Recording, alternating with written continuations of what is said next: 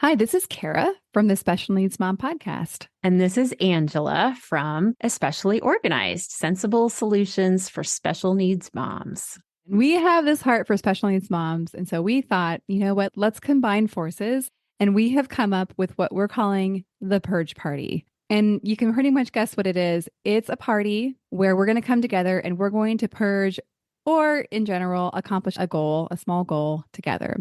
So we have set this for January 27th, starting at 8 o'clock for my Pacific Coast people. Which means 11 o'clock for all of you on the East Coast. So this is an opportunity. If you have something on your to-do list that has just been stuck there and you are wanting to move it up on the list, you're wanting to tackle, maybe it's a space or an area of your home or a category in your home that has just needed a little time and attention. This is your opportunity for you to be online with us while you work and have access for us to help you answer your questions, help guide you, and just serve you for those 2 hours. Yeah, exactly. And I think you can tell like what we've designed is just this very high level of support for that project that you just haven't been able to tackle on your own. The thing that we are envisioning is that you get to leave this purge party feeling so accomplished because you did the thing. You started the year off getting that thing done that you were stuck on last year. And so it's a momentum builder, if you will. You can go ahead and sign up. We have a link ready for you. And we are offering this for $40 for the whole experience. Absolutely. And we hope you'll join us. I think it's going to be really fun. It's going to be a great group of moms of special needs kids. So we all get each other. We all have an understanding of what it's like to have something on our to-do list, but just we haven't been able to tackle it yet. So I hope that you will join us. We're super excited to bring this to you, and we are thrilled to work with you. All right. We'll see you all there.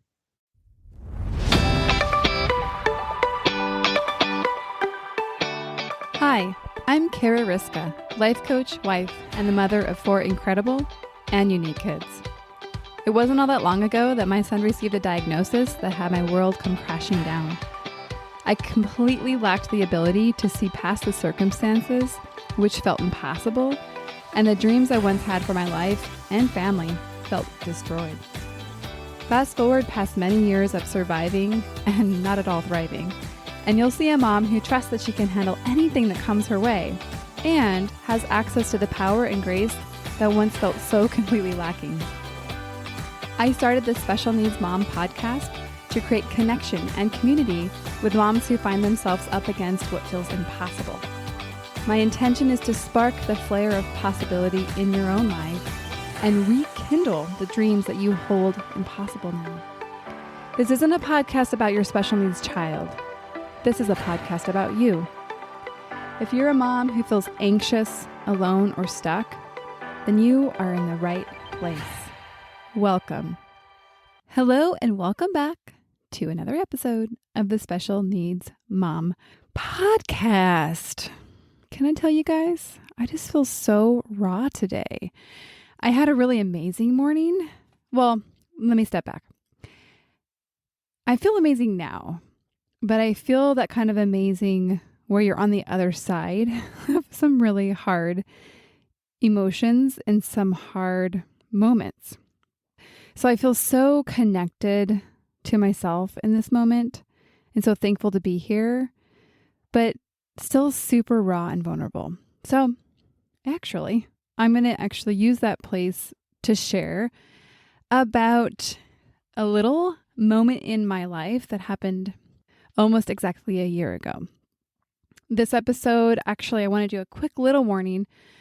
If you find that you might be triggered about medical trauma or about emergency medicine or just anything of that nature, that if you feel like, I don't know that I need to fill my mind with more of what could happen, then I'm going to suggest you pass on this episode, because I am going to be talking about something that happened a year ago where we did almost lose our son. And I want you to just kind of have a minute to decide if that's going to be helpful for you or not. Let me tell you about February 2nd, 2020, the beginning of the 2020 for us. My husband and I were actually up in Central California where we had just attended a wedding for his cousin. And let me tell you, it was actually the most fantabulous wedding I've ever been to. Next level everything. And just had such an amazing time with my husband and his family. And we were kidless, which was just really fun for a very quick weekend away. On the morning of Sunday, which was Super Bowl Sunday, we were on our way home, and it wasn't super early. We had stayed out pretty late and had a really good time. So I have to say I wasn't feeling amazing either. I'm so embarrassed about that. And we were on the way home, and I think we had just driven through McDonald's for drive-thru. One of my favorite meals, this is also embarrassing, is Egg McMuffins. Our Egg McMuffins, I think that's proper English. I love them. And so we were just getting our food, and I get a call from my dad, and all 4 of my kids were staying with my parents, which was common. They've spent a lot of time with them. So I get a call from my dad, and he says, "Kara, Levi's not doing so well." And my dad is a lot like me, where we happen to be a little bit more reserved with our emotion, kind of hold things back. So I could tell that he was minimizing what was going on. And maybe not minimizing, but I could tell that something was serious going on. So I said, "Okay, well, tell me more." And actually my first instinct was like, "Okay, well then call the ambulance. Like, why are you calling me?" From the initial assessment, Levi needed an immediate medical care because he has an underlying condition that doesn't allow him to respond to illnesses or really medical stress of any kind. So it's adrenal insufficient for any of you that are aware of it. And we just need to have a very clear protocol when he is sick, and we need to advocate for him in certain ways. So me not being there was super hard. So I get this call from my dad, and I say, "Dad, call the ambulance." And my mom happens to be a nurse, but was the one caring for Levi. My dad was doing the communication. So my mom's advocating for Levi. She knew exactly how unwell he was, and she was trying to get my dad to call the actual ambulance. So they did. And again, I am 5 hours away. And we've actually never had to call the ambulance in all the years of caring for Levi. We've never gone to this point where it was urgent and critical that he get care that we couldn't give him, or get to the hospital so he could get that care. And I want to stay on the line while all the ambulance arrives. And I could picture my parents' house so clearly, and to kind of picture the uniformed, I was assuming men, but maybe there was also women paramedics. Just kind of picturing the assessment. I was talking at one point to one of the chiefs and trying to make it clear to him what conditions my son has so that he would get him to the hospital as soon as possible, and that he would be clear on the care that he needed. And like, I guess my fear was that he was going to look and say, "Oh, this is not a big deal," because it wouldn't have been for some kids. And I wanted to make sure he knew how big of a deal it was. And it was interesting. My experience with this person, who is probably just a professional that stays calm in emergency situations because of his job, just seemed to me like he wasn't listening. And I wanted him to be running when he was walking slowly. And just imagine that powerlessness that I felt on the other end of the line when this person who was making the decisions to advocate or not advocate for my son didn't seem to be getting it.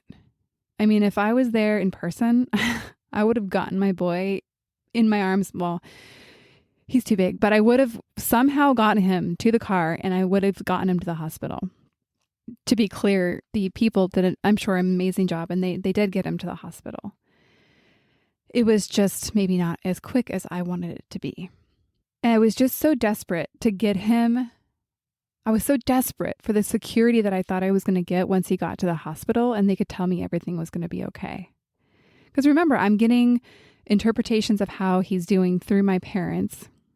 And while they're very intelligent, wise people, I just wanted to see it with my own eyes, and I couldn't. And I thought, well, the people at the hospital, they will be able to assess him and really clearly tell me, like, he's fine. Because, of course, I had no idea what was going on. And so there goes. Starts my morning. And again, it's around 8 o'clock in the morning. And I had a 5-hour drive. And so I'm on the line on and off with my dad, trying to get Levi to the hospital and just almost trying to not breathe until he gets there and I can have this assurance.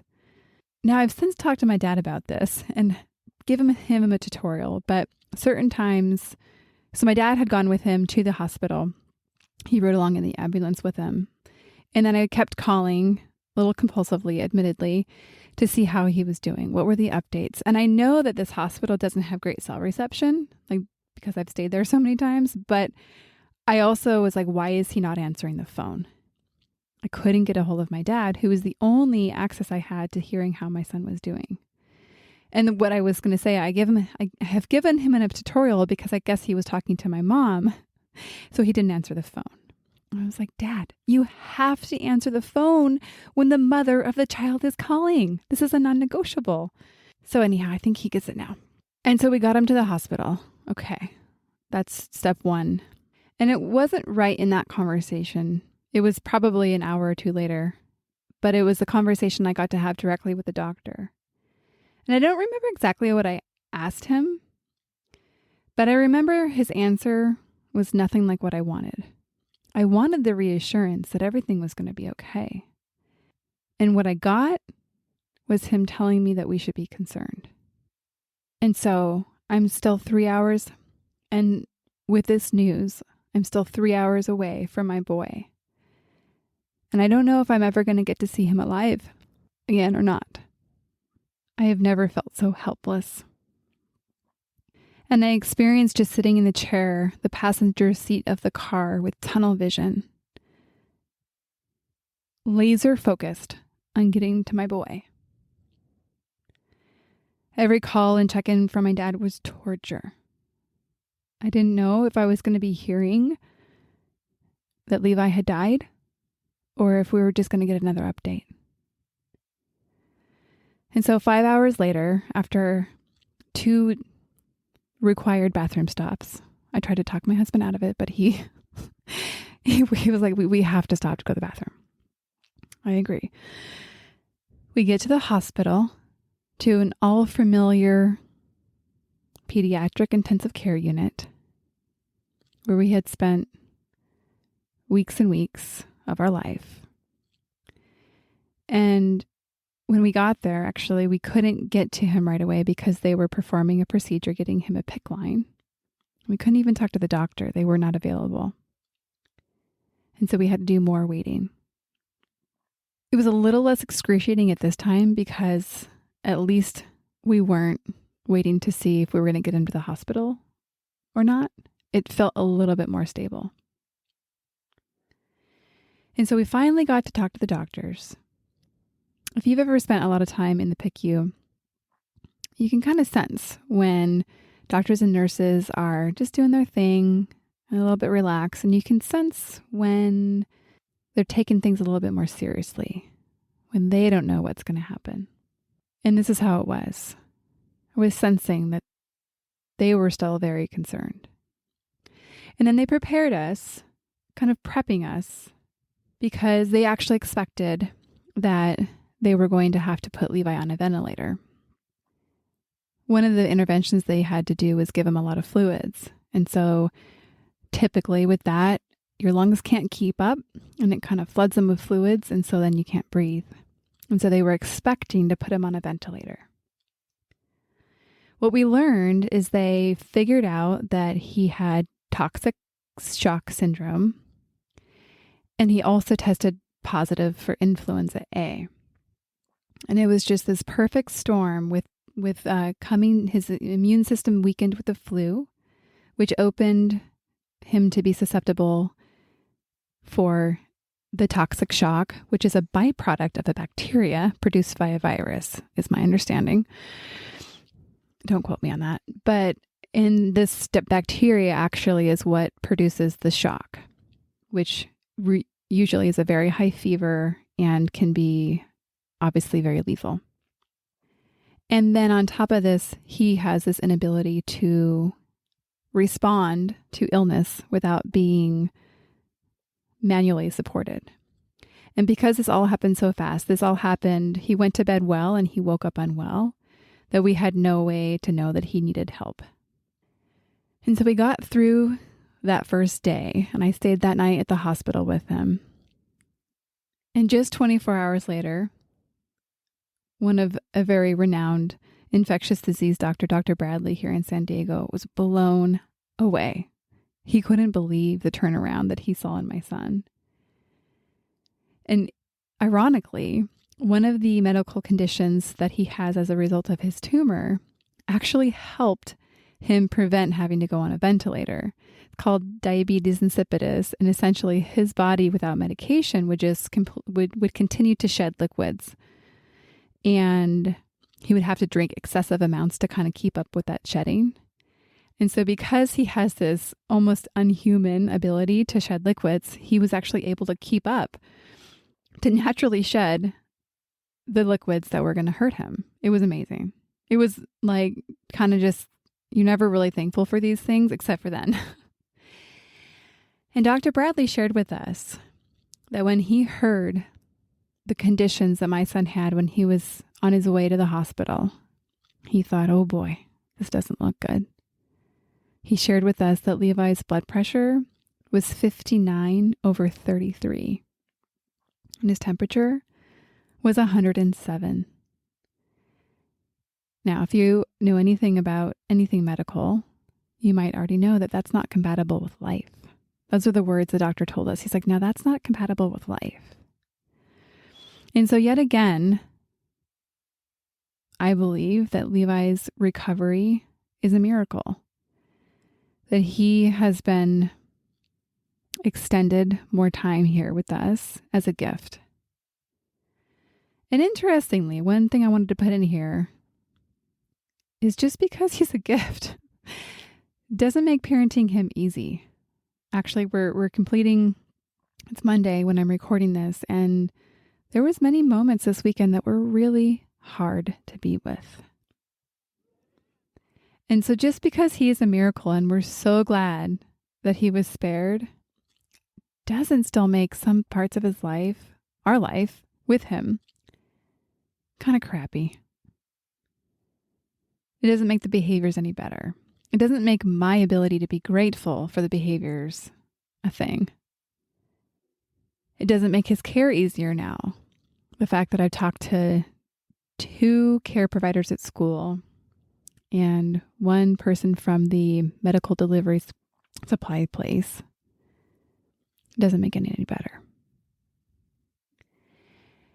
And here's the thing one of the reasons I wanted to share this story, really the reason, is as I was stuck in the car for that 5 hours, I had nothing to do but sit with my feelings and with my emotions and with my thoughts.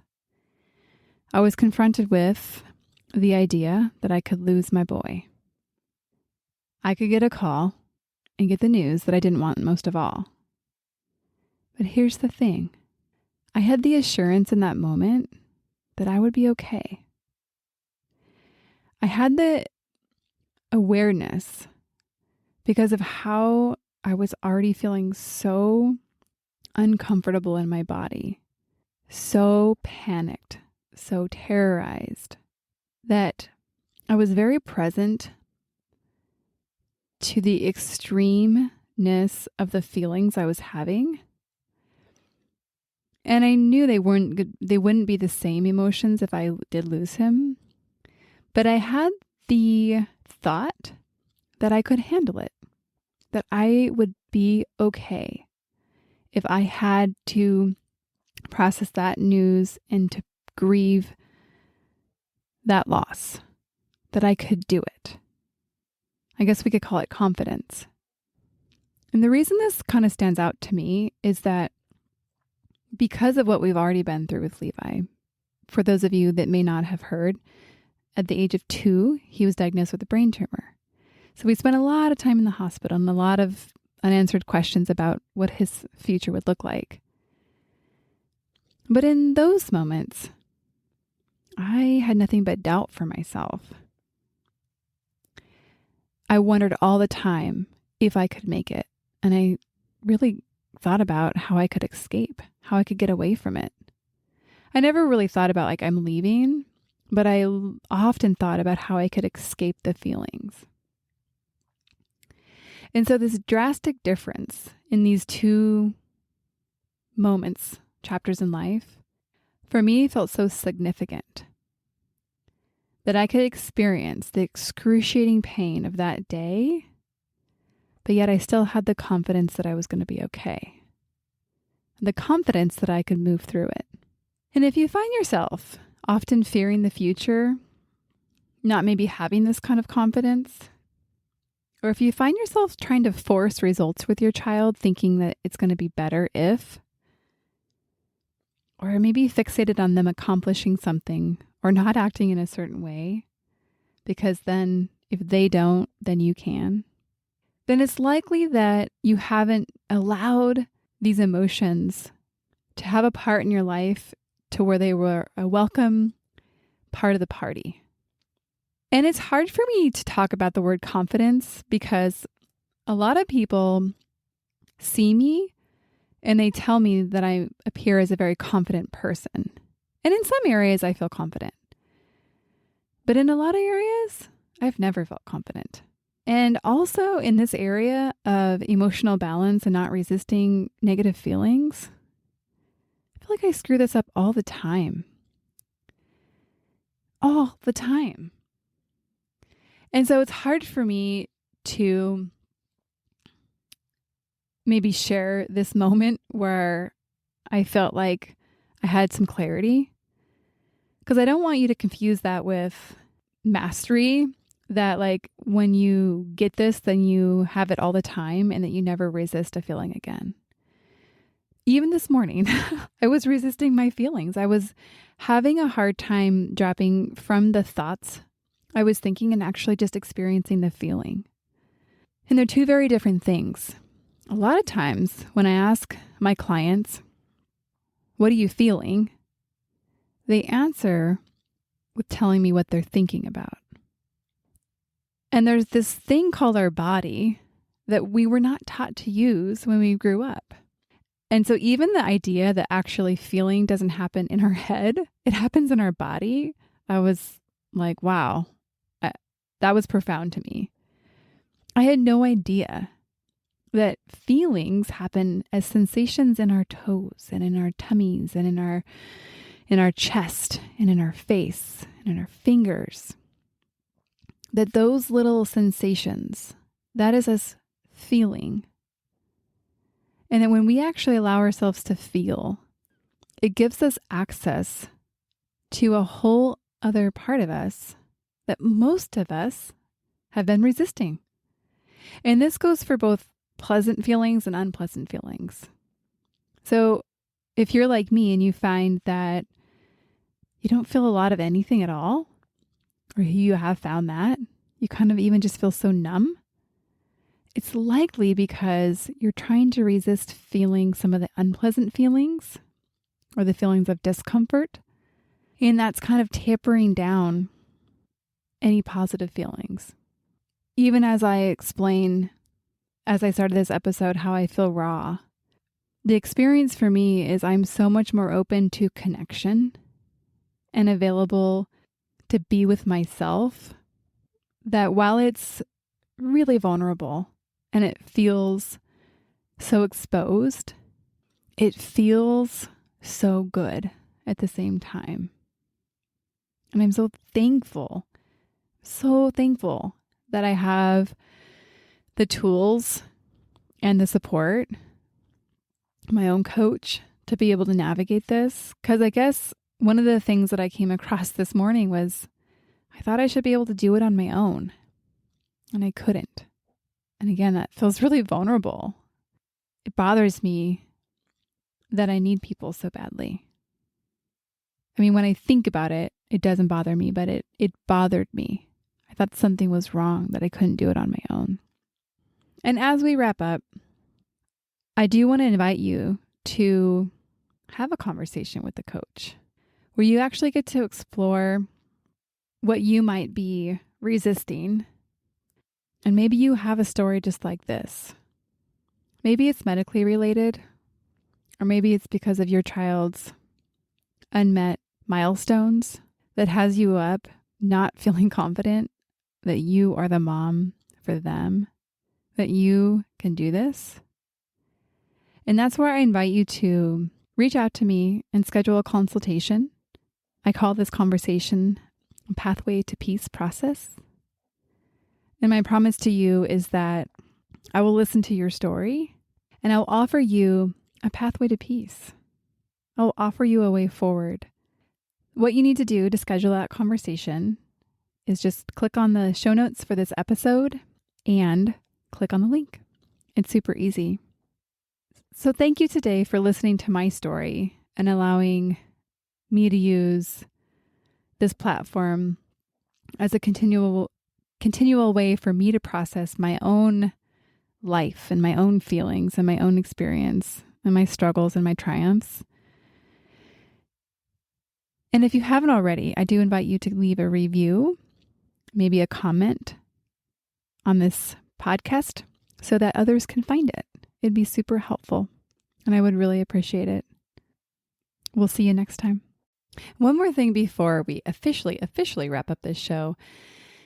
Sometimes when I'm listening to podcasts, I have the experience of wanting more. I'm listening at the very end thinking, I sure wish that episode didn't end. I invite you, if you feel in any way the same way, I invite you to the Special Needs Mom podcast community, which is a free group that I host on Facebook, where we as a community of fellow moms who listen to this podcast and are experiencing life in similar shoes, get to talk to one another, get to share stories, get to actually interact. I hope you'll consider joining. See you over there.